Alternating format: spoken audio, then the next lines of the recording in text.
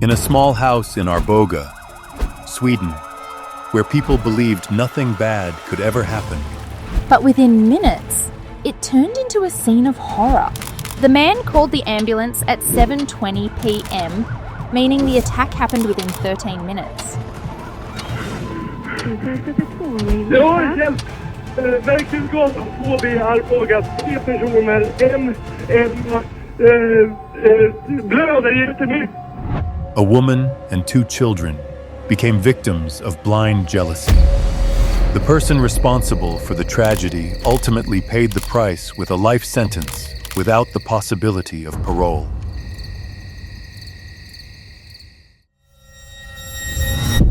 Emma Jangestig was born on February 16, 1985, in Stockholm, Sweden. From a young age, she dreamed of a simple life, where a small home and a loving family would be enough. For a while, it seemed everything was going exactly as she had always hoped. At 19, she married her high school sweetheart, a young man named Nicholas, believing she was taking the first step toward building that dream future. Not long after, their first child, Max, was born, a sweet little boy with bright eyes who completely changed their lives. Though their small home came with challenges, it was filled with laughter and love. About a year and a half later, they welcomed a baby girl, Saga, a little angel who made their home feel even more complete. However, the challenges of young family life, immaturity, financial pressure, and daily exhaustion began to weigh heavily on them. Small arguments gradually turned into serious conflicts, causing cracks in their happiness.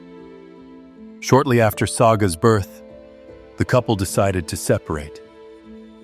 It wasn't a peaceful breakup, but a tense and emotionally draining time. They went to court multiple times over custody and child support, making things even more complicated.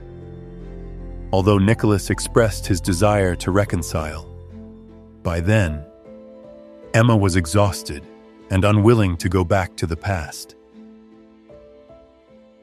She decided to move forward alone with her 2 young children, holding on to the hope of a fresh start and a quieter, more peaceful life. After leaving Stockholm, Emma chose Arboga, a small, peaceful town with about 11,000 residents, located roughly 93 miles from the capital. Arboga was the kind of place people went to for a fresh start, where the clean air and quiet surroundings made everyone believe nothing bad could ever happen there. It was in Arboga that she met Torgny Hellberg, a kind, humble, and hardworking man. They met online and quickly felt a special connection. At first, Emma worried that being a single mother of 2 might make Torgny hesitant, but he didn't mind at all. On the contrary, he accepted Emma and her children with genuine warmth. For Torgny, Emma and the kids represented something he had always longed for, a real family. In the early months, he treated Max and Saga with love as if they were his own, and the children soon came to see him as the father they never had. For the first time in years, Emma felt true happiness and believed she had found the right person to share her life with. Their relationship began just 1 year after her divorce was finalized. Everything happened quickly but naturally, as if they were meant to find each other. Only 2 months after meeting, they bought a house together and started building a future side by side. The couple even set a wedding date for the summer of 2008, believing that life had finally begun to smile upon them. On the evening of March 17, 2008, the weather in Arboga carried the typical chill of early spring. Inside a warm little house, a young mother was caring for her 2 children with all the love in her heart. At 23 years old, Emma Jangestig was preparing dinner for Max and Saga while waiting for her fiancé, Torgny Hellberg, to return home from work. That evening seemed completely ordinary, a peaceful moment in the simple life she had always wished for. While cooking, Emma was chatting online with her sister, Katarina. The two exchanged cheerful messages, talking about plans for their parents' upcoming wedding anniversary celebration. Everything was calm until exactly 7:07 p.m. when the conversation suddenly stopped. The screen went silent. No more replies. Finding it strange, Katarina sent another message asking if Emma was okay, but there was no response. A growing sense of unease began to take over. She kept calling, but every call went straight to voicemail. Overcome with panic, Katarina finally called Torgny, who was on his way home after work. Torgny tried to reassure her, suggesting that Emma was probably busy cooking or had left her phone charging and couldn't hear it ring. When Torgny Hellberg arrived home at around 7:20 p.m., the first thing that struck him as odd was the front door. It was slightly open and unlocked, something that had never happened in their house before. Calling out for Emma and the kids, but getting no response, he felt an unusual, heavy silence filling the entire home. A chill ran down his spine as he stepped into the living room. Everything was in disarray, furniture overturned, belongings scattered across the floor. At first, Torgny thought maybe Max and Saga had been playing too wildly, but within seconds, he realized the chaos went far beyond a child's mischief. When his eyes reached the far end of the room, his heart nearly stopped. Emma was lying motionless on the floor, her body covered in injuries, completely unresponsive, stunned and terrified. Torgny could only gasp her name before instinct pushed him to run upstairs to find the children. With trembling steps, he rushed into Max and Saga's bedroom, and what he saw made him lose his breath. Both children were lying on the floor with severe wounds, and the room bore the haunting marks of a tragedy. Even in utter shock, Torgny forced himself to stay composed and immediately called emergency services, praying there was still a chance to save his family. Jag har hjälp. Verktygsgatan 2B Arboga. 3 personer. Emma blöder jättemycket. 2 barn. Max. Ta det lite lugnt nu. Vart är du någonstans? Verktygsgatan 2B Arboga. Vad är det som har hänt där då? Jag vet inte. 2 barn. 1,5-åring. Och en... Shit, det ser ut som hackhål i. Vad fan är det här? Okej, vänta. Jag måste bara lägga ifrån mig telefonen lite stund. Ja, jag väntar. Kom Emma. Kniv, ja. Vad fan har hänt? Emma. Hallå, hittar du dem nu eller?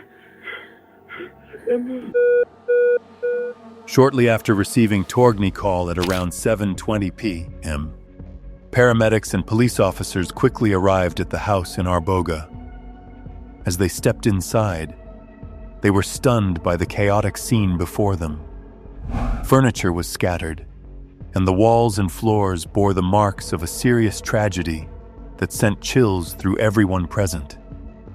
Yet, miraculously, all 3 victims were still alive, though in extremely critical condition. Emma and her 2 children, Max and Saga, were immediately rushed to a local hospital and then transferred to the intensive care unit in a desperate fight to save their fragile lives. Doctors told Torgny that their chances of recovery were very slim, and even if they survived, they might suffer permanent damage. While medical teams battled against time, detectives began gathering evidence to uncover what had really happened inside that small home. The more they examined, the more puzzled they became.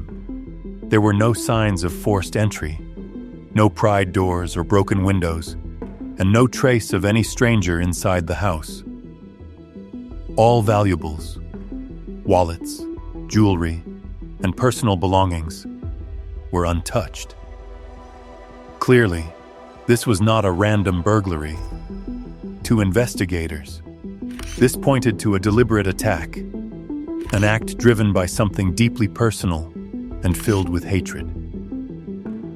Based on the evidence at the scene, police concluded that the perpetrator had used a heavy object, possibly a metal bar or similar blunt instrument, to inflict the serious injuries on Emma and her 2 children. The attacker's intention appeared to be to wipe out the entire family, fully believing that none of them would survive. In a desperate effort to save Emma and her 2 children, the medical team had to act immediately upon arrival. During the emergency response, they unintentionally disturbed the scene, causing some evidence to be compromised. Although this made the collection of forensic clues more difficult, with human lives at stake, they had no other choice. Once the area was secured, Swedish forensic experts conducted a meticulous examination of every detail inside the house, but the results left them puzzled. There were no unknown fingerprints, no strands of hair, and no biological traces belonging to anyone outside the family. It seemed the perpetrator had either planned the attack carefully or was so familiar with the environment that no trace was left behind. This led detectives to lean toward the theory that the attacker might have been someone close to the family, someone who knew how to enter the house, understood their routines, and had a reason to approach them. When investigators reviewed the list of people closest to Emma, the first name that came up was Torgny Hellberg. He was the one who discovered the scene and made the emergency call at 7:20 p.m. Meanwhile, according to phone records, Emma had stopped replying to her sister's messages at 7:07 p.m., just 13 minutes earlier. Given such a short time frame, police believed only someone familiar with the family's home and habits could have acted so swiftly and then left without leaving a trace. All reasoning at that point led to one possibility. This was not a random act, but a tragedy that originated from within the victim's inner circle. However, just a few hours into the investigation, suspicion toward Torgny Hellberg was quickly dismissed. His coworkers confirmed that he had completed his full shift that day and left work right on schedule. Police also obtained security footage from cameras along the route he usually took home. The timestamps clearly showed that during the time of the incident, between 7:07 p.m., when Emma stopped responding to messages, and about 7:18 p.m., Torgny was still driving, several miles away from the house. It wasn't until around 7:20 p.m. that he arrived home and immediately called emergency services. These verified details led detectives to conclude that Torgny could not have been involved in the tragedy that occurred inside the home. They believed it was possible that, on his way back, he may have unknowingly passed the perpetrator somewhere along the same road. After Torgny Hellberg's alibi was confirmed, police turned their attention to the second suspect, Nicholas, Emma Jangestig's ex-husband. For investigators, this seemed like the most logical lead at the time, as the case had clear personal elements. There were no signs of forced entry, nothing had been stolen, and the level of violence suggested deep emotional resentment. Two possibilities were considered: either someone personally connected to Emma, or an emotionally unstable individual acting impulsively. However, standard procedure required them to start with those closest to her. Nicholas had a complicated history with Emma. Their marriage had ended in conflict, with ongoing arguments and a tense custody battle. Emma had even filed a complaint regarding violent behavior during their time together. These factors made Nicholas an obvious suspect in the eyes of the police. However, upon verification, he was found to have a solid alibi. At the time of the tragedy, Nicholas was in another city, miles away from Arboga. Witness statements and travel records confirmed he could not have been at the scene. Additionally, Torgny's testimony supported this. He explained that in recent months, Nicholas and Emma had reached a peaceful understanding, resolving their issues regarding the children without further conflict. Vi har nyss fått reda på att dina barn har avlidit av sina skador. Och jag bröt upp totalt. Men jag fick ju inte direkt någon lugn stund för mig själv, liknande ungefär på sin höjd 2 minuter efter det. Så kastade han i mitt ansikte att åklagaren vill anhålla mig för misstänkt för mordet. Eller för 2 mord och mordförsök på Emma. Vad tänkte du då? Då försvann jag. Så vet jag inte vad han sa eller liknande. Blev väl mer eller mindre svårt chockad över att ens få det kastat i ansiktet. Som så. Efter en stund, jag vet inte alls hur lång tid, det kan inte kännas som en hel evighet då, men så frågade han hur jag ställer mig till det. Då sa jag en jävla dum fråga. Jaha, hur ska jag tolka det? Jag har inte gjort någonting, jag har varit emot honom hela dagen. After speaking with Torgny Hellberg, police noted that he fully believed in Nicholas's innocence. Torgny insisted that Nicholas could never harm his own children, as despite the end of their marriage, he remained a loving and devoted father. When the investigation into the 2 men closest to Emma reached a dead end, detectives broadened their search and began interviewing those around her. They spoke with friends, co-workers, neighbors, and even casual acquaintances, hoping to find anyone who might have held a grudge or had a personal motive. However, the results were the same across the board. Emma Jangestig was described as gentle, kind, and without conflict with anyone. She had no enemies. The only person ever mentioned in any context was Nicholas, but he had already been proven to have no connection to the case. After finishing his interview at the police station, Torgny Hellberg left in complete devastation. The shock was so overwhelming that he couldn't drive himself, and it was Emma Jangestig's father who came to pick him up. As the 2 sat in the car, neither spoke a word. The atmosphere was heavy, filled only with the faint hum of the engine cutting through the silence. Torgny stared blankly out the window, while the older man struggled to contain his fear and heartbreak. On the way to the hospital, he tried to break the silence by turning on the radio, hoping for a song that might calm their nerves. But instead of gentle music, the voice of a news announcer filled the car, reporting the heartbreaking incident in Arboga. He spoke about the young mother, Emma, and her 2 small children, about the shock that had gripped the entire town. And then came the words that neither man in the car ever wanted to hear. Max and Saga had not survived their severe injuries and had passed away just minutes earlier. Those words shattered the air. Torgny collapsed, tears streaming uncontrollably, while Emma's father broke down beside him. In that moment, it felt as if the entire world had fallen apart around them. Not long before, those 2 innocent children had been playing joyfully in the peace of their little home. And now, they were gone forever. For Emma's family, nothing about this tragedy made sense. The pain was unbearable, beyond what any human heart could endure.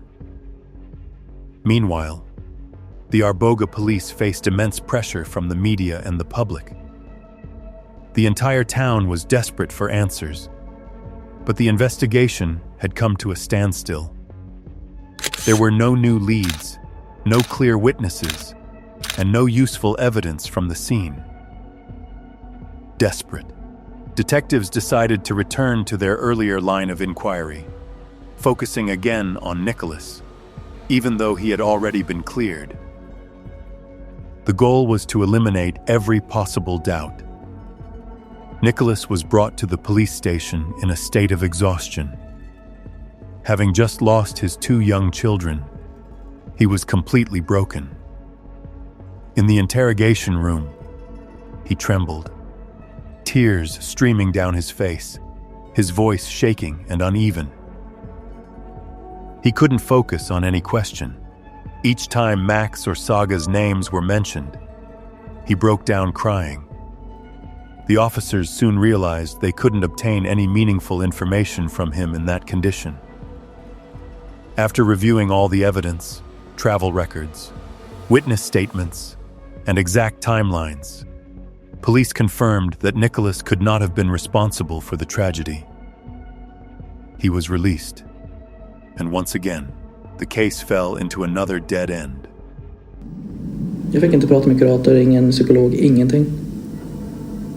Förutom på tisdag eftermiddag då. Men då var det bara en psykolog som jobbade för polisens del och kollade om jag var självmord eller inte. Kunde du känna en oro för att de kanske aldrig kommer att tro på att jag är oskyldig? Oh ja. Jag var ju... rädd räcker väl inte att säga. Livrädd, ja det är väl en begynnelse. Men alltså, jag var ju otroligt orolig. För spelar det någon roll vad jag säger? De har väl förutfattat mening. Jag var ju dömd. Det är jag som har gjort det. As the investigation reached a dead end, the Arboga police were running out of directions to pursue. Pressure from the media and public was growing by the day, with questions mounting and no answers in sight. While every lead seemed to close one after another, the investigators' only remaining hope now rested on Emma Jangestig, the sole survivor of the heartbreaking incident. If she could wake up, she might hold the only key to revealing what truly happened on that tragic night.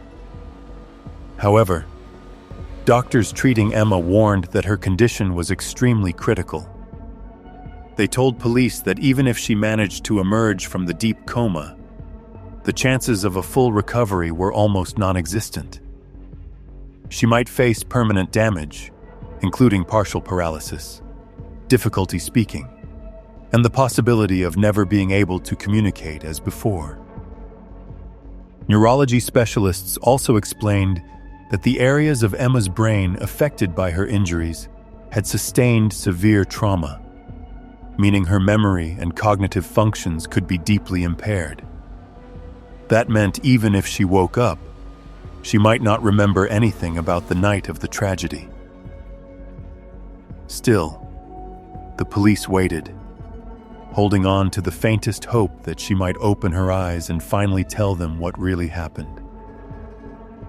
From the moment Emma Jangestig was admitted to the hospital, a special police unit was assigned to protect her and her 2 children. Authorities feared that the perpetrator might return to finish what had been started. But once the heartbreaking news of Max and Saga's passing was confirmed, the entire security detail focused solely on ensuring Emma's safety. Police strictly controlled access to her hospital room, documenting every visitor and maintaining constant surveillance day and night.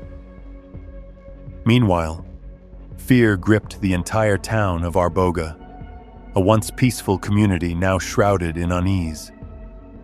Residents began living in a state of constant anxiety, terrified that a dangerous individual was still at large. Daily life changed completely. Streets emptied after sunset. Children were no longer allowed to play outside, and nearly every household locked their doors tightly, checking and rechecking their bolts throughout the day.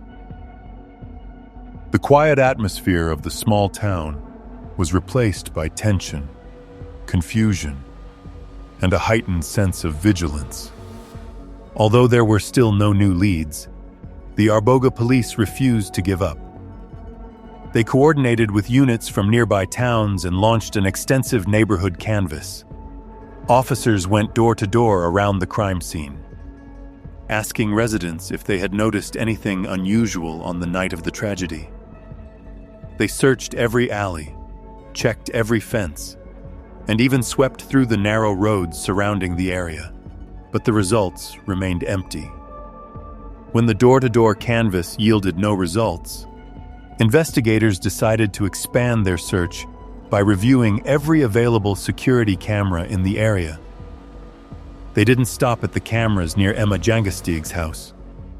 They also collected footage from nearby streets, parking lots, stores, and even residential blocks several streets away. Their plan was clear: to track any suspicious movement around the neighborhood during the time of the incident.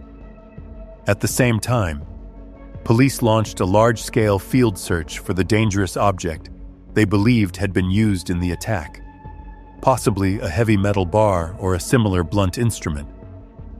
They theorized that the perpetrator might have discarded it while fleeing the scene. K9 units were deployed to comb through every bush, vacant lot, trash bin, and roadside area, but nothing suspicious was found. Security footage from more distant streets also failed to capture anything noteworthy. Meanwhile, forensic specialists returned to Emma's home for a more detailed secondary examination, this time using advanced light and trace detection equipment. After hours of meticulous searching, they found one small but unusual detail: a single footprint on the floor that didn't match the shoe size of anyone in the family, based on its dimensions and shape. Forensic experts concluded it could belong either to a petite woman or a child around 10 to 12 years old.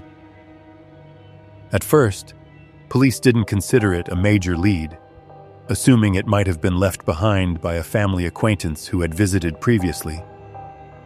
However, they carefully documented it, photographing, measuring, and recording the sole pattern for potential forensic analysis later on. While police continued to expand their investigation and search for leads, Emma Jangestig remained in the intensive care unit, bravely fighting for her life.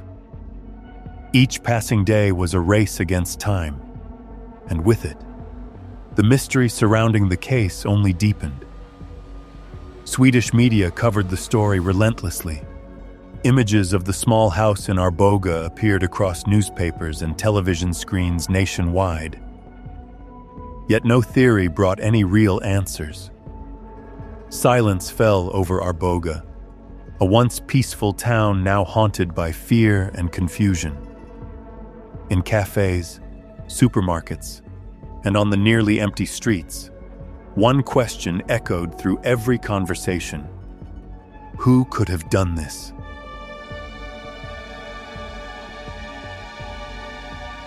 Under mounting public pressure, both the police and the media urged citizens to come forward with any information, no matter how small, that might help uncover the truth. After weeks of dead ends, a new glimmer of hope finally emerged. A man living near the neighborhood where Emma Jangestig resided contacted police, providing information he believed might be connected to the case. The man said that around 7 o'clock that fateful evening, while walking past Emma's house, he noticed someone standing on the sidewalk in front.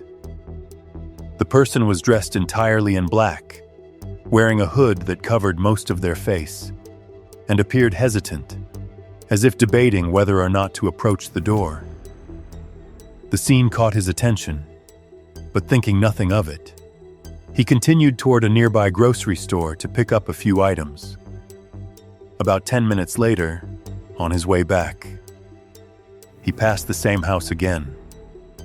This time, he saw the person in black rushing out the front door, jumping into a car parked nearby, and driving away quickly. Everything happened in an instant, so he couldn't see the face clearly, or identify the exact make of the car. But one thing he was certain of: the person was a woman. This information was immediately regarded by police as a major breakthrough in the investigation.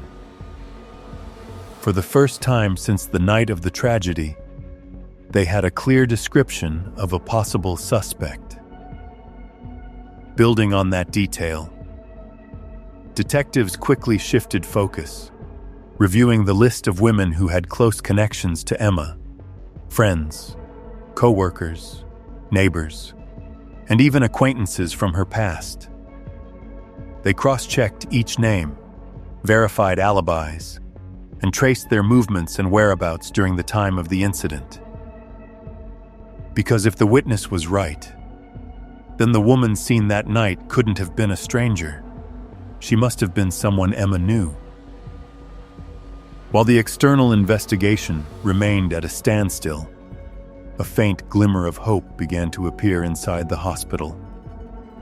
After 10 days in a deep coma, doctors noticed slight signs of improvement in the condition of Emma Jangestig, the sole survivor of the heartbreaking incident.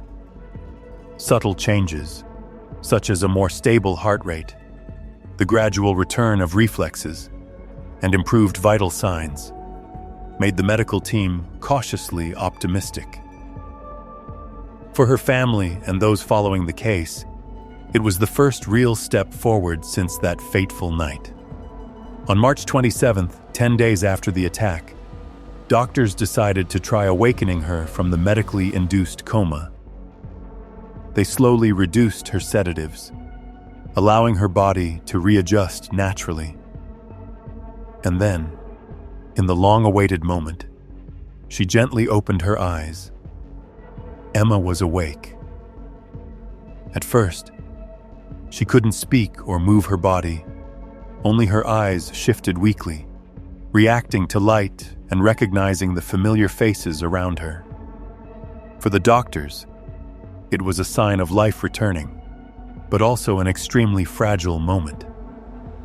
They knew the news she would soon have to hear, especially about her 2 children, could devastate her emotionally and jeopardize her recovery.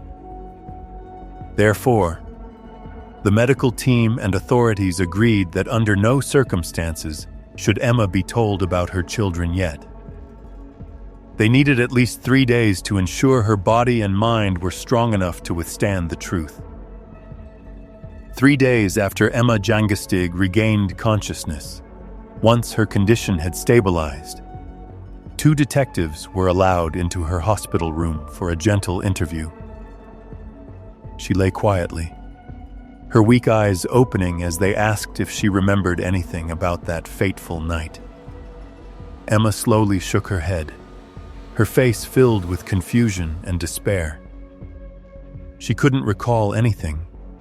The only thing she kept asking was, "Where are my children?" The room fell silent at her words. After a brief discussion, the doctors realized they could no longer keep the truth from her. One of them softly told Emma that Max and Saga were gone. Her face froze. Tears began to stream down, and she broke into uncontrollable sobs, repeating over and over that it couldn't be true. But everyone in the room knew that was the moment the young mother was forced to face the greatest loss of her life. April 1st marked the most crucial turning point in the investigation. After nearly 2 weeks in a coma and suffering from memory loss, Emma Jangestig finally began to recall what had happened on that fateful night. She told police that while chatting online with her sister, she heard a knock at the door. When she opened it, she was met by a woman dressed entirely in black, wearing a hood, who introduced herself as Tina. Before Emma could react, the woman struck her hard on the head with a heavy object. Emma said she lost all feeling right there in the hallway, and that was the last thing she remembered before collapsing. Though her account lasted only a few minutes, It confirmed one critical detail. The attacker was a woman. Based on her description, investigators showed Emma a series of photos of women who had known or potential connections to her.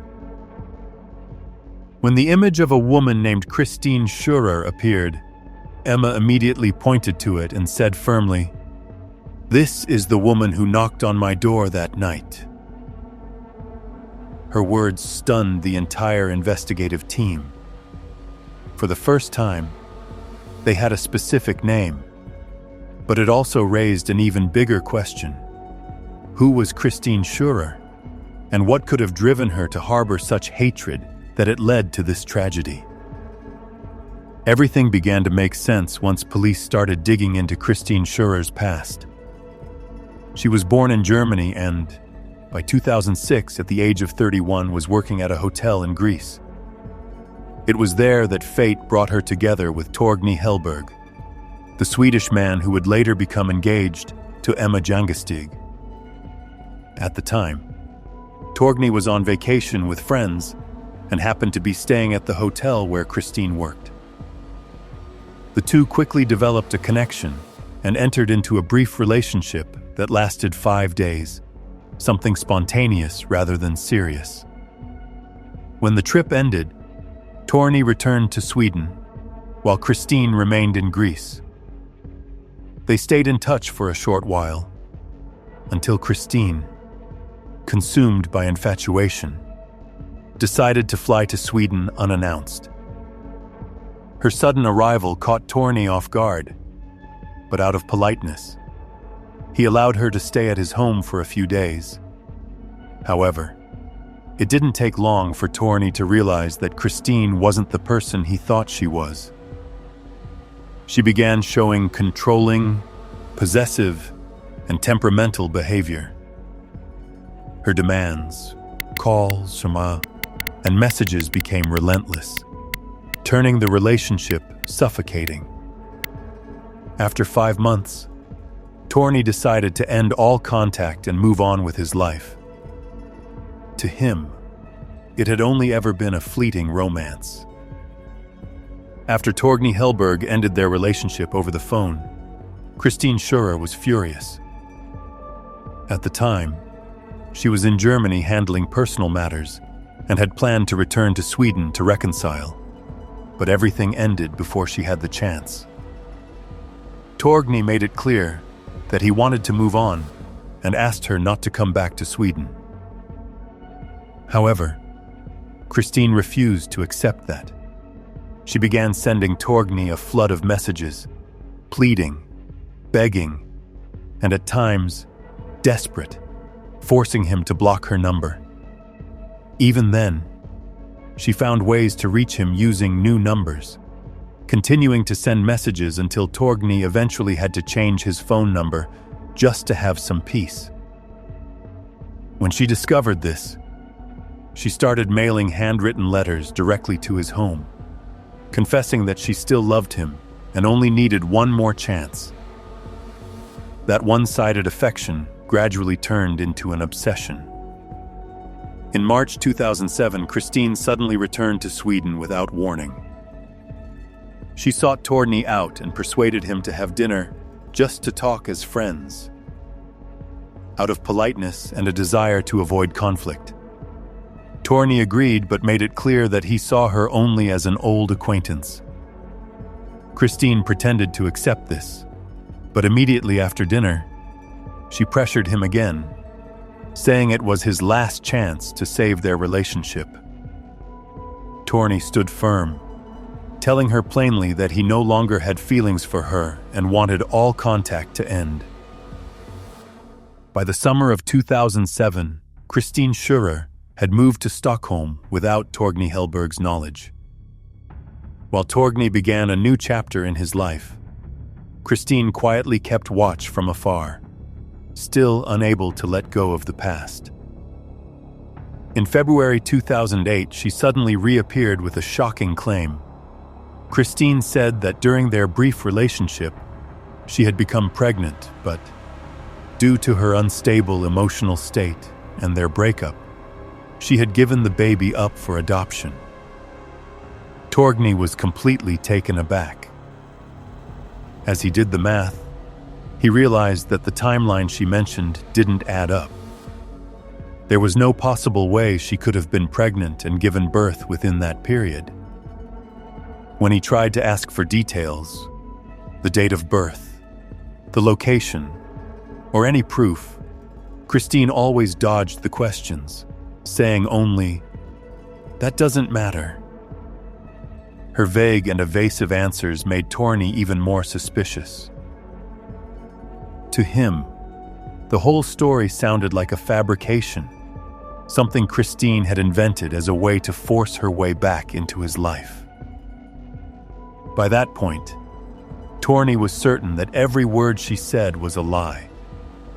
At that time, Torgny Hellberg had already begun a serious relationship with Emma Jangestig and was living with her and her 2 young children. This made things between him and Christine Schurer more complicated than ever. When Christine found out that Torgny had someone new in his life, she pretended to be calm, claiming she had moved on and no longer cared. But the reality was entirely different.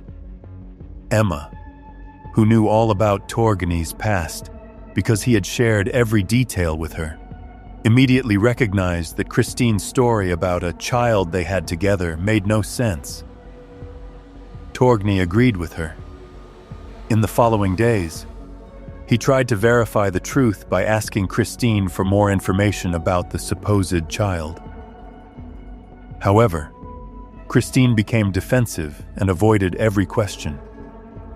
He realized she was trying to prolong contact with him in hopes of convincing him to come back, while all he wanted was to leave the past behind. Police only began to consider Christine Schurer a suspect after Torgny Hellberg, during one of his interviews, happened to mention that he once dated a former girlfriend who had shown signs of instability. Until that moment, Torgny had never imagined that Christine could be behind the tragedy that destroyed his family. He knew she had behaved strangely in the past, but never believed she was capable of going that far. When investigators told him they believed the perpetrator was a woman, Torgny suddenly remembered Christine and recounted the entire history between them. He also explained that he thought Christine had long since returned to Germany, as he hadn't heard from her in months. What Torgny didn't know, however, was that Christine had actually remained in Sweden, quietly waiting for the perfect moment to carry out the revenge she had been planning for so long. After Torgny provided this information, police immediately launched an investigation focused on Christine. When they showed Emma her photo at the hospital, Emma instantly recognized her and pointed, saying firmly, "That's her." The identification from the sole surviving victim became the most crucial piece of evidence the police had obtained so far. Within hours, Christine Schurer's name spread across news broadcasts and front pages throughout Sweden. The entire nation seemed to exhale in relief. After days of fear and uncertainty, the person responsible for the horrific act had finally been found. Christine Schurer was arrested shortly afterward in Germany during a joint operation between the 2 countries' police forces. She was quickly extradited to Sweden to face a formal investigation. In her first interrogation, Christine firmly denied all accusations, insisting she had nothing to do with what happened to Emma Jangestig and the 2 children. However, Swedish police searched the apartment she had rented during her stay in the country and uncovered several critical pieces of evidence. Inside, they seized clothing, a phone, personal belongings, and most importantly, her laptop. In Christine's closet, investigators found a black jacket matching the witness's description of the woman seen near Emma's house on the night of the incident. The jacket was sent for forensic testing, but no biological traces such as hair or bodily fluids from the victims were found. According to investigators, given the severity of the attack, the jacket must have originally carried numerous traces, but Christine had meticulously cleaned it. Everything appeared to have been wiped away perfectly, except for the digital evidence left behind on her laptop, which revealed her obsessive mindset and the deliberate plan she had carefully constructed. Inside Christine Schurer's laptop, investigators uncovered a vast archive filled with incriminating evidence. Among the files were dozens of photos of Emma Jangestig and her 2 young children, organized chronologically. Police also found a detailed floor plan of Emma's home, complete with disturbing notes marking the layout of rooms, doors, windows, and the family's daily routines. The computer's search history revealed that Christine had spent countless hours monitoring Emma's social media accounts, studying her everyday life, and, most alarmingly, researching ways to conceal evidence after committing a crime. In her apartment, detectives also discovered a diary packed with obsessive entries, where Christine poured out her jealousy and resentment. She had written down Emma's home address, the children's schedules, and the working hours of Torny Hellberg and his fiancée. Every detail was carefully documented, reflecting a plan that had been methodically crafted over weeks, possibly months. Investigators quickly concluded that this was not a spontaneous act, but the result of a long-standing obsession. In Christine's disturbed mind, the belief that, if she couldn't have Torny, no one else could, became the driving force that pushed her past all moral boundaries. Most damning of all, a shoe found in her apartment matched the footprint left at the crime scene, and surveillance footage from the Arboga train station showed Christine both arriving in and leaving the city on the day of the crime. With all this overwhelming evidence, combined with Emma's testimony, authorities knew that even without a confession, the outcome was clear. They already had more than enough to convict her. 3 months later, on July 29, 2008, the trial of Christine Schurer officially began in Sweden. The courtroom fell into near silence as everyone observed the defendant's demeanor. Christine appeared disturbingly calm, showing no trace of remorse or fear for what she had done. Throughout the proceedings, she repeatedly smiled and waved to people in the courtroom as if it were nothing more than a casual gathering. When the prosecution presented photos of the crime scene and images of Emma Jangestig and her 2 children before the attack, Christine suddenly burst out laughing, leaving everyone in the room stunned. Her behavior outraged both the public and the victims' families, while also raising serious questions among psychological experts. Was this the mark of pure emotional coldness, or the manifestation of a deeply unstable mind? Faced with Christine Schurer's defiant attitude in court, the defense saw an opportunity and requested a psychological evaluation to determine whether she was mentally fit to be held criminally responsible. It's worth noting that years earlier, Christine had undergone treatment at a clinic following a serious personal crisis that led to a period of emotional instability. Before the trial began, authorities had already suggested a psychological assessment, but Christine refused to cooperate at the time, preventing it from taking place.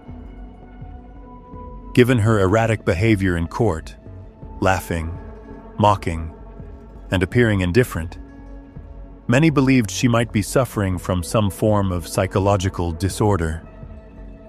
However, the final results left everyone stunned. The official evaluation confirmed that Christine was completely sane, fully aware, and entirely conscious of her actions on the night of the incident. The finding shocked the public, as it meant that everything she did was deliberate and calculated, not a loss of control, but a cold and intentional act. Even as the evidence against her mounted, Christine maintained her denial, claiming she had been framed and mocking the entire judicial process. Her lawyer argued that there was no direct evidence, such as DNA traces at the scene or a specific weapon linking her to the crime, since the object used in the attack had never been found. However, for the prosecution, her behavior, motive, and the overwhelming chain of circumstantial evidence were far too clear to ignore. In response to the defense's argument, the prosecution presented a key witness, a woman who had shared an apartment with Christine Schurer while she was living in Sweden. The witness explained that she owned a personal toolkit and, around the time of the incident, noticed that her hammer had gone missing. She searched the entire apartment and even asked Christine directly, but Christine casually replied that she didn't know where it had gone. What seemed like a small detail suddenly became a crucial link when the witness confirmed that the hammer disappeared at the exact time the attack on Emma Jangestig and her children took place. For the prosecution, this was no coincidence. They were convinced that the missing hammer was the dangerous object Christine had used during the assault. From there, prosecutors built their entire case around a strong chain of circumstantial evidence.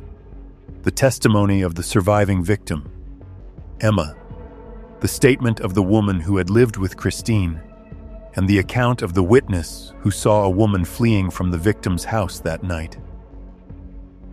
More than 40 witnesses took the stand, strengthening the case against Christine. The prosecution also presented the evidence retrieved from Christine's laptop, dozens of photos of Emma and her children, detailed diagrams of their home, and written notes showing a carefully planned stalking campaign. Her search history included numerous phrases related to erasing traces after committing a crime, further demonstrating her calculated and deliberate intent. Additionally, the footprint found at the scene matched perfectly with a pair of sneakers discovered in Christine's apartment. As the trial reached its climax, Emma Jangestig, the sole survivor, was called to testify. At first, her memories of that fateful night remained hazy. But the moment her eyes met Christine Schurer's, everything came rushing back like a powerful wave. Emma began to recall the fragments her mind had tried so hard to bury. The moment the door opened, the first heavy blow that knocked her to the ground, and her desperate attempt to get up and protect her children. Her voice trembled, yet every word she spoke filled the courtroom with silence. It was more than just testimony. It was the vivid recollection of a mother carrying both unimaginable pain and extraordinary strength. With Emma's account, combined with the overwhelming evidence from the data on Christine's laptop, the matching footprint, the witness statements, and the incriminating diary, the jury had no doubts left. After several days of deliberation, they unanimously declared Christine Schurer guilty on all counts. On October 14, 2008, after months of proceedings, the Swedish court sentenced Christine Schurer to life imprisonment without the possibility of parole. The verdict came after official psychiatric evaluations confirmed that she was fully sane and did not suffer from any psychological disorder under Swedish legal standards. In addition to the life sentence, Christine was ordered to pay Emma Jangestig 100,000 Swedish kroner, approximately 9,000 US dollars, as compensation for the immense harm she had caused. The defense attempted to appeal the verdict, but the appellate court swiftly rejected the motion, upholding the original ruling in full.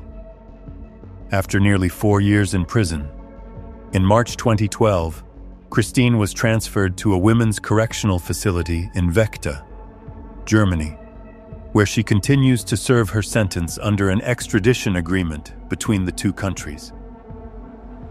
The trial came to an end, but its impact left a lasting mark on the Swedish public, a heartbreaking reminder of how far obsession and jealousy can drive a person when left unchecked.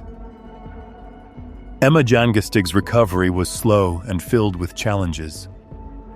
Her physical wounds eventually healed, but the emotional scars would always remain a part of her life. Even so, Emma was not alone on that journey. Torgny Hellberg stayed by her side, patiently supporting her through every stage of therapy and rehabilitation, helping her rediscover her faith in life. With time, light gradually returned to the small family once consumed by sorrow. As for Nicholas, Emma's ex-husband, he too learned to move forward. He remarried and had a daughter named Mirali, beginning anew while carrying memories he would never forget. By 2010, Emma and Torgny were officially married in a simple yet deeply emotional ceremony. Later, they welcomed 2 more children, little ones who grew up surrounded by love, knowing that before them, 2 small angels had left too soon. Though their loss could never be erased, Emma and her family chose to keep living with courage, forgiveness, and the unwavering belief that love has the power to heal even the deepest pain. The story of Emma Jangestig is a powerful reminder that sometimes the darkest tragedies are born from obsession and hatred hidden behind an ordinary facade. Love, when twisted into possession, can drive a person beyond imaginable limits. Yet from within her deepest pain, Emma chose to keep living, to love, to forgive, and to prove that light can still shine even after the darkest days. Thank you for taking the time to listen to today's story on True Crime Documentary. If you were moved by Emma's strength and all that she endured, please share this video so that more people can learn about her journey, and leave a comment in memory of the 2 innocent children, Max and Saga, the little angels who will be forever loved. Don't forget to like and subscribe to True Crime Documentary so we can continue telling real stories where justice and compassion are never forgotten. See you in the next episode, where every story is not only about crime, but also about strength, faith, and the meaning of life.